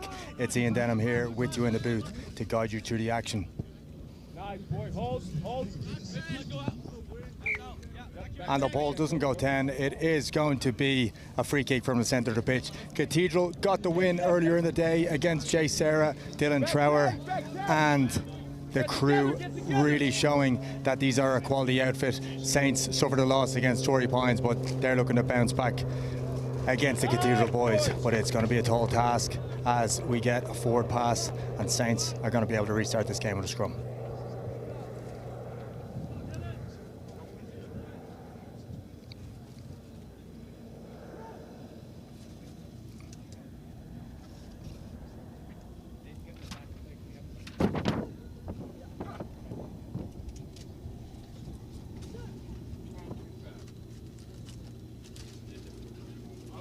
Just as Saints go and get a couple of passes away, try to get a third to the wing, which they do.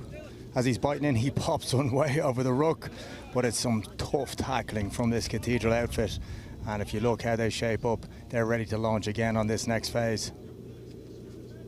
Cathedral, though, do well to get it to their big man on the outside, and they retain possession from a third phase. You can see the referee just trying to keep them on side. They're eager to launch, eager to get up off the line. A little step off his right foot. They win the ruck well, and they're going to go back the same way. It's going from left to right to left with this Saints bunch, and Cathedral are pushing them further up the pitch, and they get their reward with the forward pass, and the Cathedral boys are going to be able to pack down.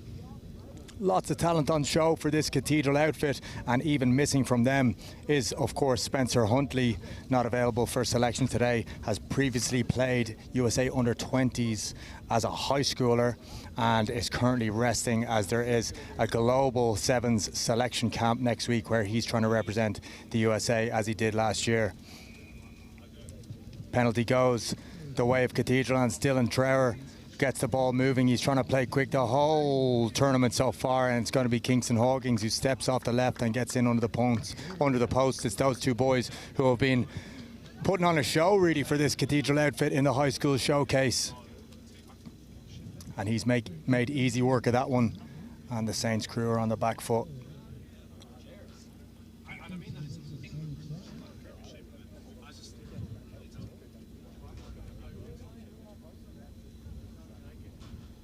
Get set.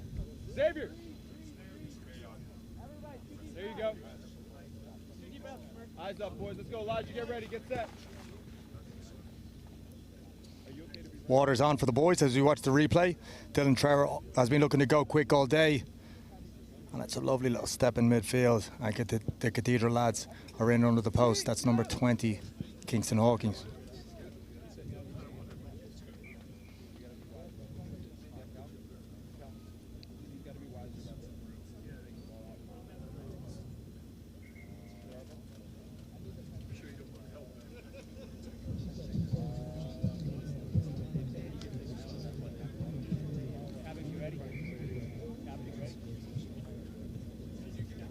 Referee indicates that the ball has gone into touch. It's going to be a line out here to Cathedral, and you can see just as they walk into the line out, all these setups from the boys really good. They pop to the front, and that's a great win. Not a lot easier than it looks to win your own ball, and they get across to the midfield. And again, that's a great turn of pace. A dummy to the outside man, and it's our number 22 with the scrum hat who goes in all the way. Apologies to all those families and friends of the high school kids. We don't have the player rosters. We are going off memory and kids that we know, but as the day starts to progress, we'll try to learn a lot of these boys' names because they are the future of rugby here in the United States.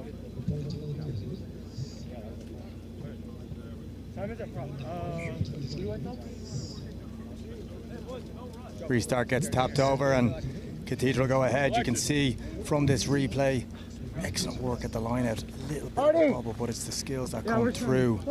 And just a step off the right foot and a fend as well, plus a defender beaten. There is no substitute for a bit of speed at sevens.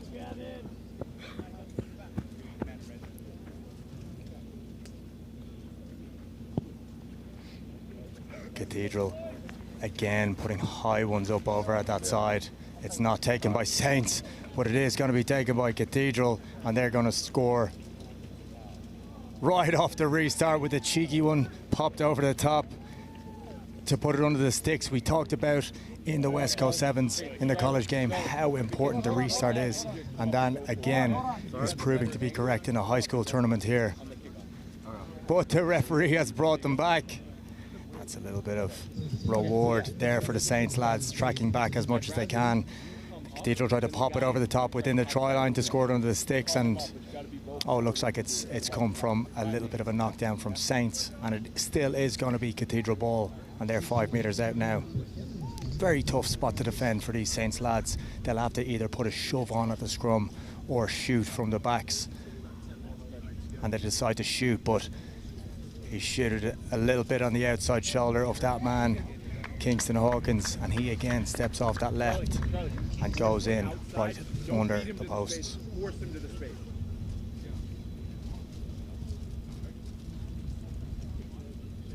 Some good camaraderie you can see here on screen. A lot of these high school lads will know each other. They'll train together here in San Diego. A lot of them play club rugby together. So although they are competing as hard as they can, there's a great mutual appreciation for each other and the work that these guys put in. Alec, get ready. Let's go. Flush it. Time to go. Go, boys. Breathe, breathe, breathe.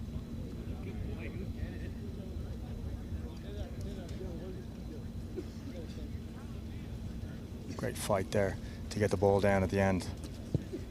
And Dylan Trower again puts it up high to that right-hand side, and it's not taken by Saints. But on the second attempt after a bounce it is.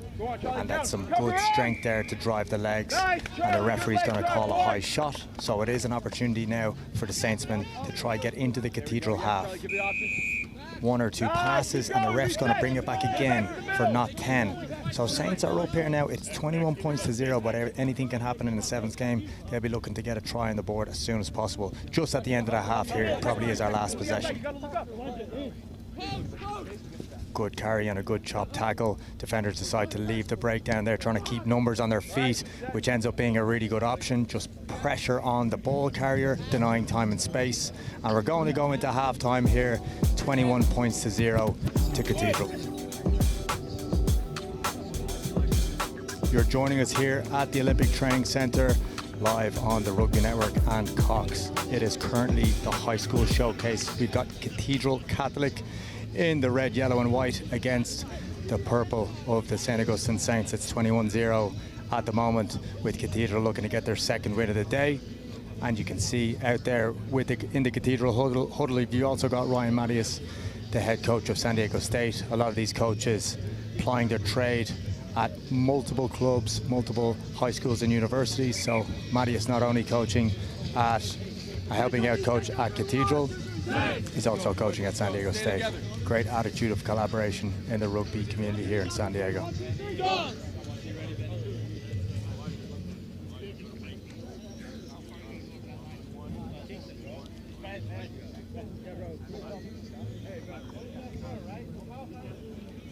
Couple of wholesale changes for Cathedral here.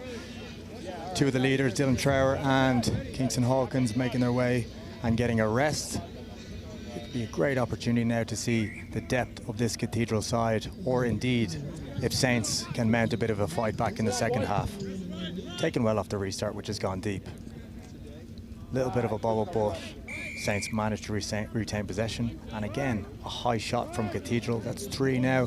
Discipline might be a factor later in the tournament, but it's not at the moment. But that's a great stiff arm fend, but the Cathedral defenders managed to get in way of the offload, and they're spreading it wide.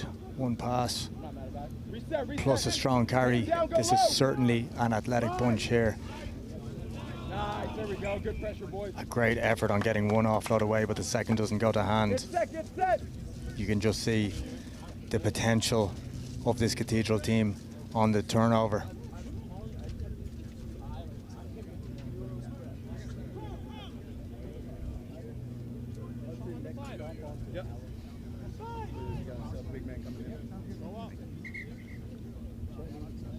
Ref brings him back up, not happy with the set. A little bit of learning for the boys. And our number 9 from Saints is going to get the ball in. Possession here for Saints now. Let's see what they can do.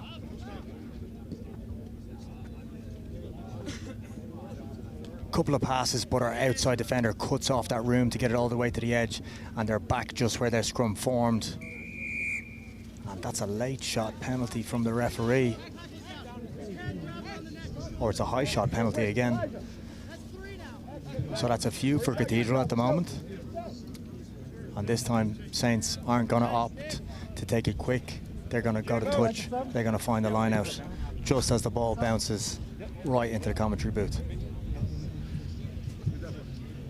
Coach! Coach! Coach! Yeah, what's up? Technical zone, please. Technical zone, please. It's your job. Hey. Line out now to the Saints boys as the referee gives a reminder to the coaches to stay in the technical zone. Nothing but enthusiasm from the coaches, but they need reminders too.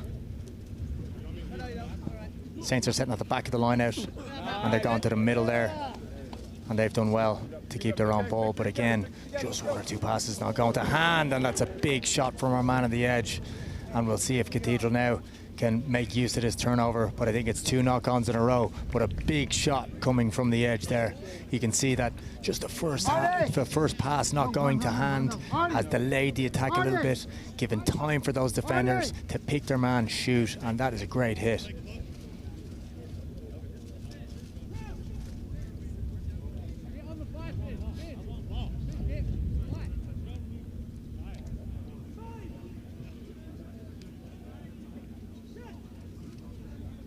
Scrum packs down, but it's a win against the head there for Saints. There you go. There you go. And a little bit of space now opens up. Can Saints get on the board? Decides to pull back. Ball gets popped back off the ruck, and again a second time, and they're looking to try maybe find space on the edge, but Cathedral have quickly closed that down. And again, they're making themselves a little bit of a nuisance at the ruck there to slow it down. And again, another rush and a shot and a try. If he gets it down off a turnover. These are all tries coming from fantastic defensive work from the Cathedral bunch, really coming up hard off the line, denying time and space for these Saints lads and just capitalising on their mistakes.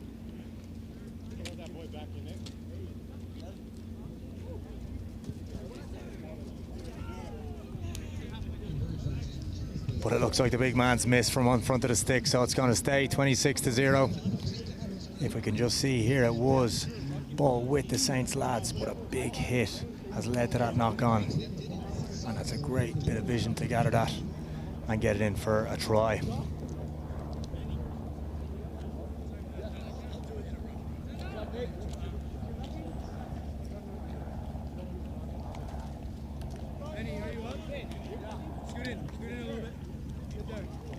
Calmness with the Cathedral bunch, but there's no one on the Saints side dropping their heads at the moment. They still look like they have the attitude to try get a score on the board. Cathedral have gone deep. And it's been gathered by Saints. And just as he was tackled, he decided to release the ball back up on his feet, which is legal, and grab. Lovely little sevens move, and can he go all the way? Yes, he can. That's a great bit of individual skill from our Saintsmen there. We might get the replay on that. Just as you're tackled, you can't release the ball if you so choose, or legally you have to. You can pop up, back up on your feet and grab as long as there's not a ruck. So that's a great bit of rugby nous and a great bit of individual skill. Fair play.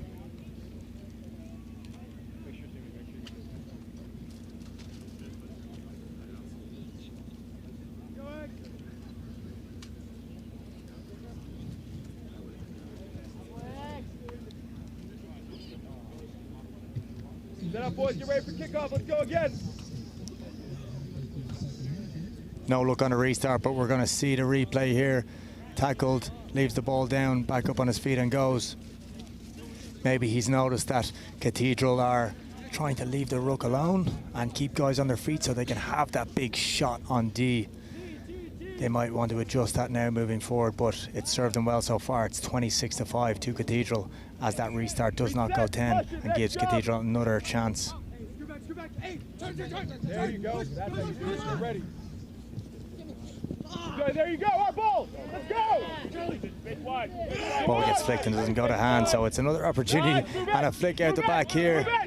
Saints showing their skills, and another one over the top. That's what ref says, it's gone backwards, so we're going to play on again. A little bit of a loose game this has become, but we've only got 40 seconds left. Can Saints get another one on the board? It's good strength there from the Cathedral D. But now we might, again, that big shoot that we see, but he's decided to tuck in behind, a good option. The pop goes again. Is there space available to get one at the end of the game?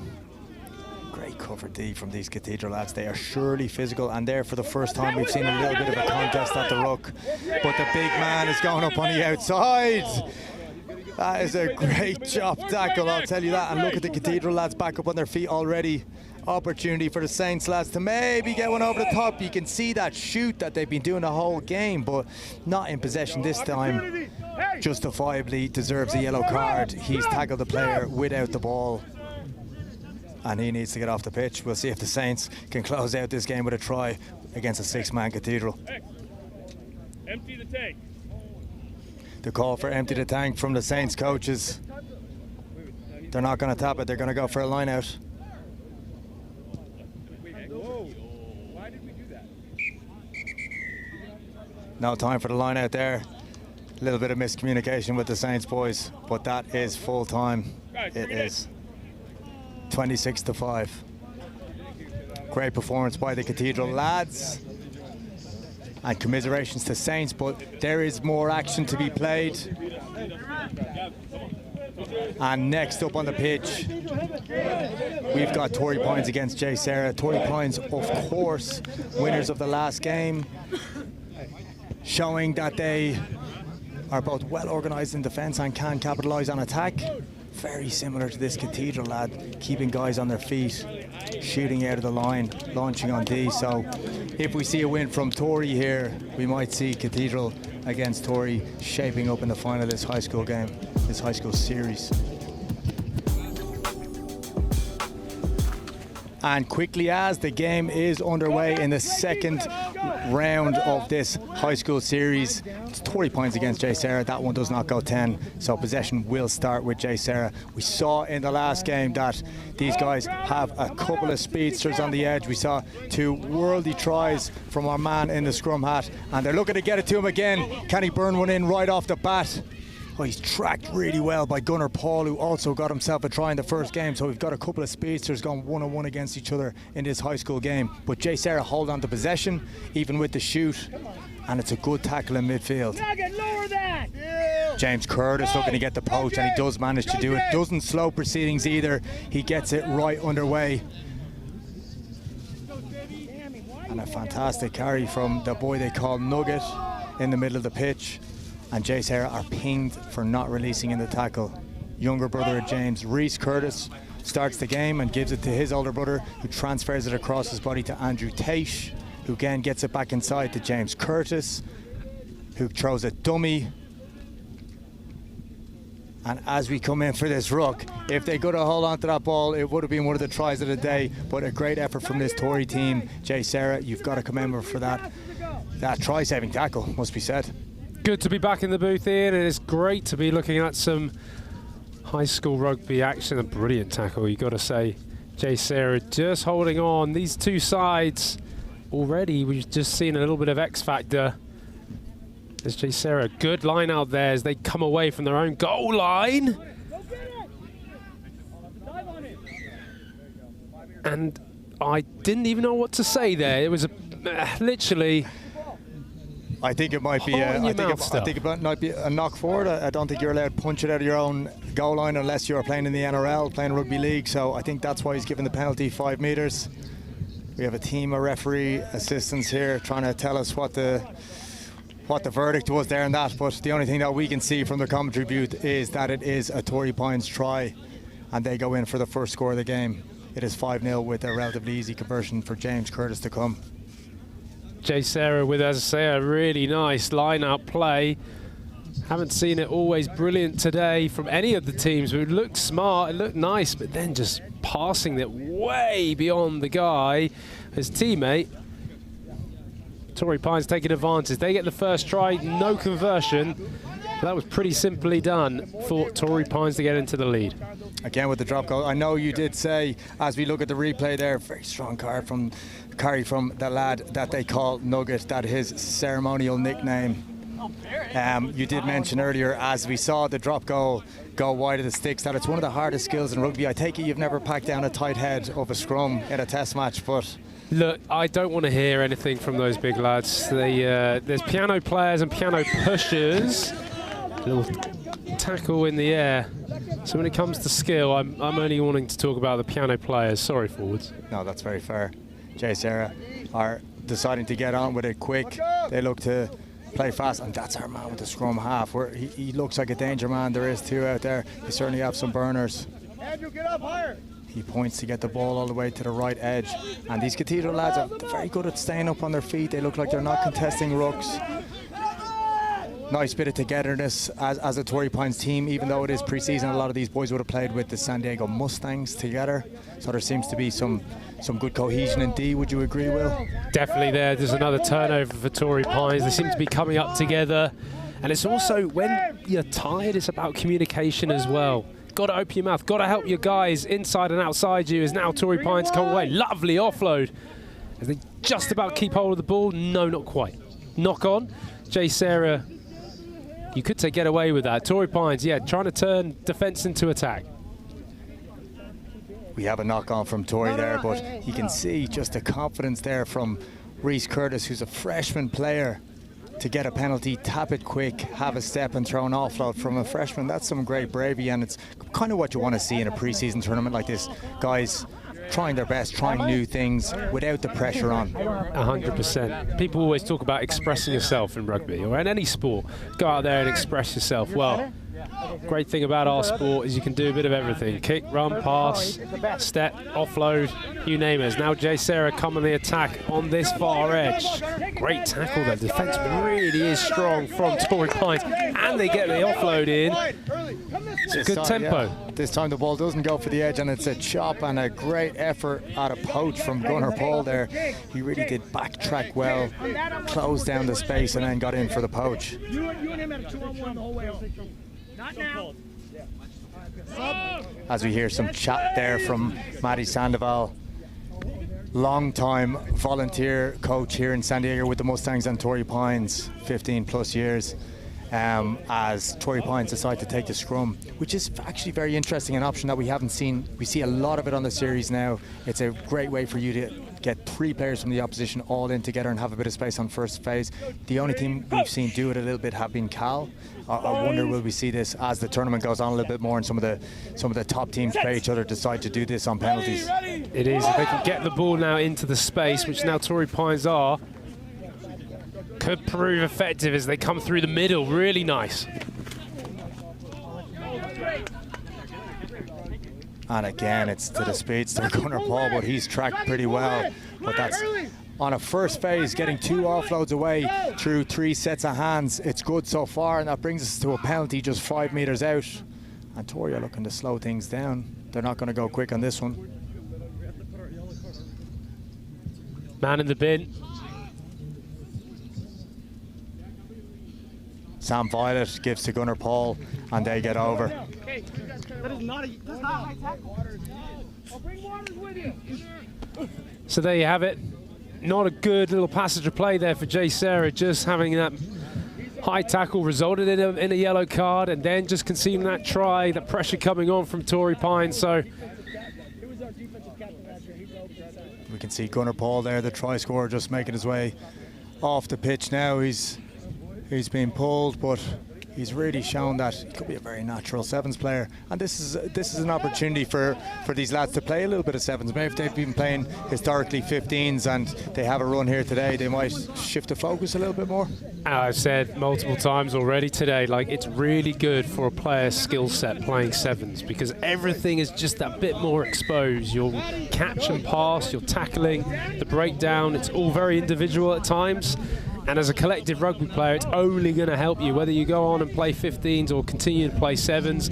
I'm a massive believer both can marry up together to develop a player. I think that's really important in this country as we improve the USA Sevens and the USA Eagles, both men's and 15s, women's. hit aside. So some really, really exciting talent there as another fantastic restart and tap back from Torrey Pines to attack again. Oh, an underline from Sam Violet, and he's deft, but they're judged had to go forward. Possibly just got their timing off there, but you see that they're collaborating, they're trying things, they're trying the short line. So that brings us up to half-time. It's 10-0 Torrey Pines High School against JSerra. Referee just talking to the player as the half-time whistle has been given, but I think no need for backtrack in our game. We make sure we respect our referees. So there you go. Referee just telling Torrey Pines player to just watch his mouth. Good first half though for Torrey as they lead 10-0. And as we've already said, Ian, I've been really impressed by this high school action. Some of the defensive work has been superb and some great finishing done as well. Yeah, as we're really getting to the warm parts of the day, we'll get to see a little bit later the two top-seeded teams, which is Torrey here, who are winning 10-0 against Cathedral Catholic, who comfortably won the last game. So that should be a really good matchup. You get to see some good rivals, and again some teammates. A lot of the guys on Cathedral and on Torrey Pines will be teammates with the Mustangs, but now they're starting off with their schools, so it's good to keep that healthy rivalry alive.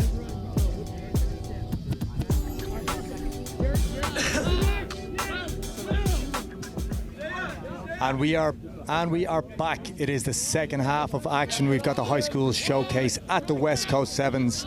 We are coming to you live on the Rugby Network and on Cox. Torrey Pines currently leading 10-0, but it's JSerra that are knocking on the door here. It's gathered there's no knock on, or yes, it looks like it's a penalty to Torrey. These guys have been defending so well all day. It's no surprise that JSerra are at 0 right now, and they're going to look to run it from their own try line. Good little show of speed, and they run the switch on the edge, and that's good footwork.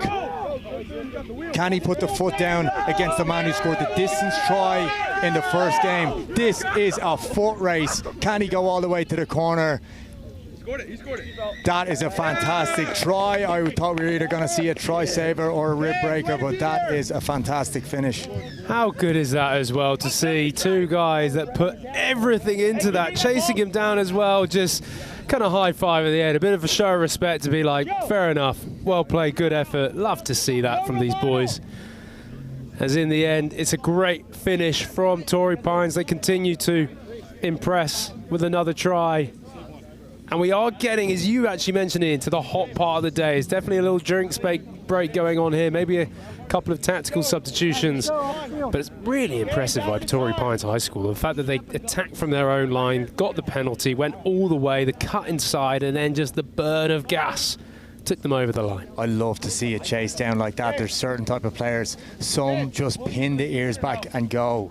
And this lad is one of them, I tell you. Will, what about yourself in that type of situation? Always the one, maybe didn't have the top end speed. I'm looking for a pass, I'm dummying kicks, I'm doing anything to buy me time. But this lad, no, he just put the hamstrings to work. I tell you what, I'm probably always looking behind me, knowing that I'm going to get caught. That was always my problem. I probably never hit the top speed I could do because I just didn't back myself. Those guys really did back themselves going all the way. As now Torrey Pines, they're starting to really show what they're all about. Lovely little stepping, keeping the ball alive. James Curtis with a little hitch kick and a little bit of a step. And we just about stay in. Referee has called a penalty here. I think it might be for a high shot. It seems like the college and the high school refs are really trying to lower the tackle height, which is a positive thing. But we have seen quite a few penalties for that. Well, look, you know, player welfare are massively behind us. And therefore, we have these rules, these laws in place for the very reasons of keeping that player welfare, safety in check. So you've got to respect that. And equally as well, I know around the world of rugby there's some harsh decisions here and there, rugby decisions, but you should be tackling low. You should be getting in good body positions. That's one of the great things about our game that I think we can celebrate, that our technical side of our tackling is usually of a high standard. And I've got to say overall, particularly in this high school games, it's been really quality, the defence and certainly some of the technique. Young Joe Romano in the middle of the pitch has drifted across and run that switch again, and it's James Curtis who gets his hands on it in the end and decides to keep the ball light as it goes to his brother. And that's Sam Violet with the step and offload, and it's the young boy Nick Taish, just a freshman, who gets over the line. Got to say, that's probably one of the best tries we've seen today. The ball movement, keeping it alive. Torrey Pines, they're having fun out there, aren't they? They really are having fun out there. Really expressive, but it's not just keeping the ball alive and just throwing it anywhere. It's the fact that they're really finding their men, good communication with their offloading, and in the end, another try. Reece Curtis doesn't get too much power off the boot there. A little bit more work in the weight room maybe, or maybe it's just come off the edge of the boot. I was going to say, I'm not sure he got the cleanest strike, but I'll tell you what was clean though, Ian, was this. The lovely bit of handling, the step inside, and then passing it away. Honestly, you won't see much better rugby than that today from this high school side. No, it's fantastic. They really are collaborating well, and you talked about the offload, which is fantastic, but you've seen a lot of those offload in a college game not going to hand because they perhaps didn't have too much go forward, or those channels are a little bit busy at times. But these Cathedral lads, when they get the ball first, the first thing they look to do really is attack hard, and I guess that's why the offloads are going to hand. But it also comes from communication, Ian, as well, because if you're the guy as a support player not telling him where you are in relation to the ball carrier, that's when offloads go amiss. So actually, I've been really impressed by the way these guys are communicating with each other. As now JSerra go quickly, they're trying to bring themselves back into the game. Torrey Pines now on the back foot, but I am impressed by the way Torrey Pines are scrambling. That's our same man again, taking the quick tap, and I'll tell you that if there's ever been a man more off his feet, it was that penalty. He's lucky not to go to the bin, but JSerra have retained possession, and Torrey are back in their defensive line, but they have to defend here now. It's 20-0. JSerra looking to get their first score on the board. The offload gets away. This man can move, and he's certainly shown it there. He's a hard man to bring down.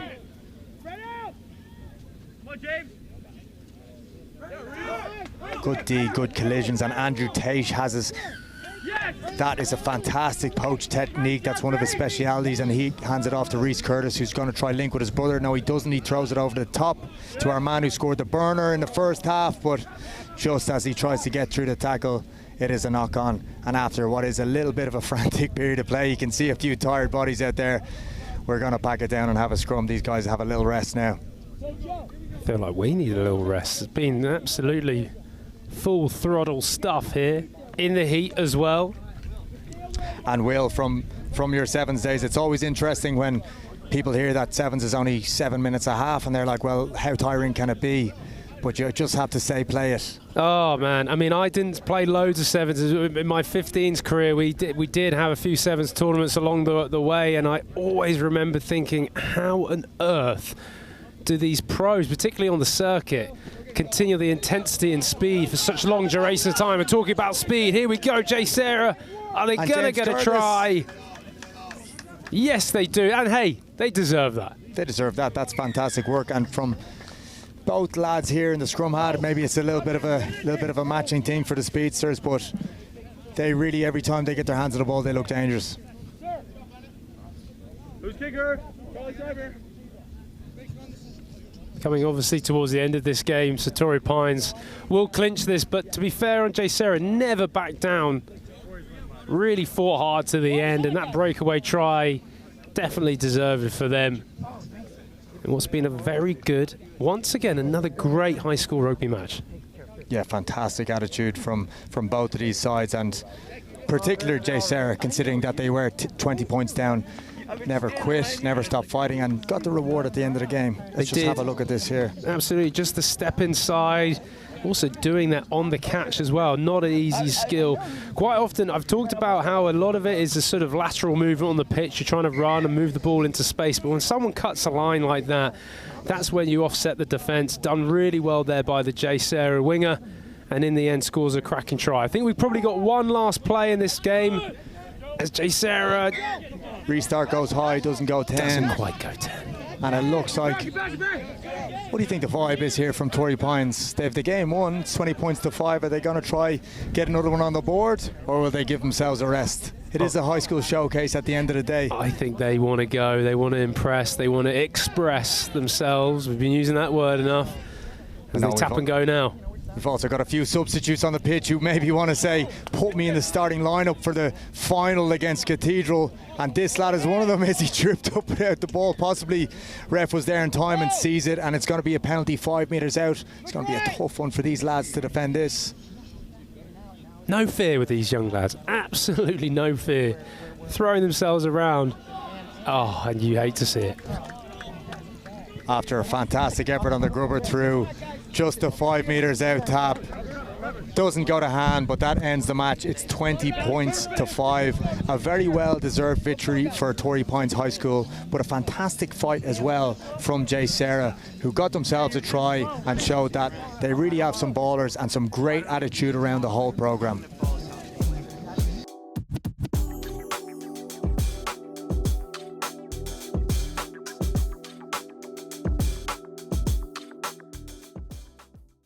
Welcome to West Coast Sevens, and hopefully today is a great exponent of Sevens in the sunshine. Well, it was so great having these, I think half a dozen schools that came out, and Claremont has just done a terrific job hosting us at their home field. This really has been just a fantastic setting, and I think everybody's had a great time. Had a good day out here at Claremont West Coast Sevens. Great time with the boys. You know, it's a big turnaround from 15s to 7s, so I'm glad. Great competition out here. We always love playing Cal. We always love playing these big teams and just getting the ball rolling. Yeah, pleased to be here. There's not a lot of these sevens tournaments on the West Coast anymore, so we have a lot of guys that are keen on sevens and they like to play. So we're happy to be here. We're pleased that Claremont is hosting this tournament, and we're looking forward to in 2 weeks' time a second tournament. Yeah, this is an incredible opportunity for our teams to get a first hit out, get a good run out. So it's great to be able for them to be able to get some game time before our season starts.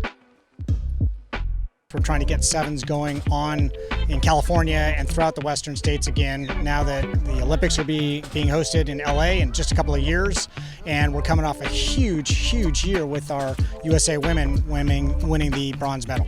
Playing at the Olympic Training Center, that's an incredible opportunity for these athletes to see that next level, right? Knowing that that's where the men's and women's Olympic teams train out of. Yeah, really looking forward to Chula, Vista. Obviously incredible facilities there. We don't have to travel that far, so it's like a home tournament, and I think it's about time that more sevens rugby and more competitions are taking place in San Diego, because it's a hub, it's a hotbed of rugby in the United States, and I hope more competitions come down there. We got UCLA alumni Lucas DeCamp on the USA Sevens team, so there's a lot of boys who look up to him and will relish the opportunity to go play down in USA Rugby's turf. But I'm just so happy for the support of Andy, all the teams that came here. I'm thankful for my family who helped contribute. It was a family affair. Ted, I appreciate the great job that TVX has done with the video. I'm hearing a lot of good things from people on text about the streaming job that we've done on this, so we're thrilled with that. So yes, were there a lot of hurdles? Absolutely. Did we overcome most of them? I think we did, and I look forward to, as I said, an even better tournament 2 weeks from now at the OTC with 2 days with teams coming out from Texas, teams coming out from Arizona again, and the California teams. It really should be great.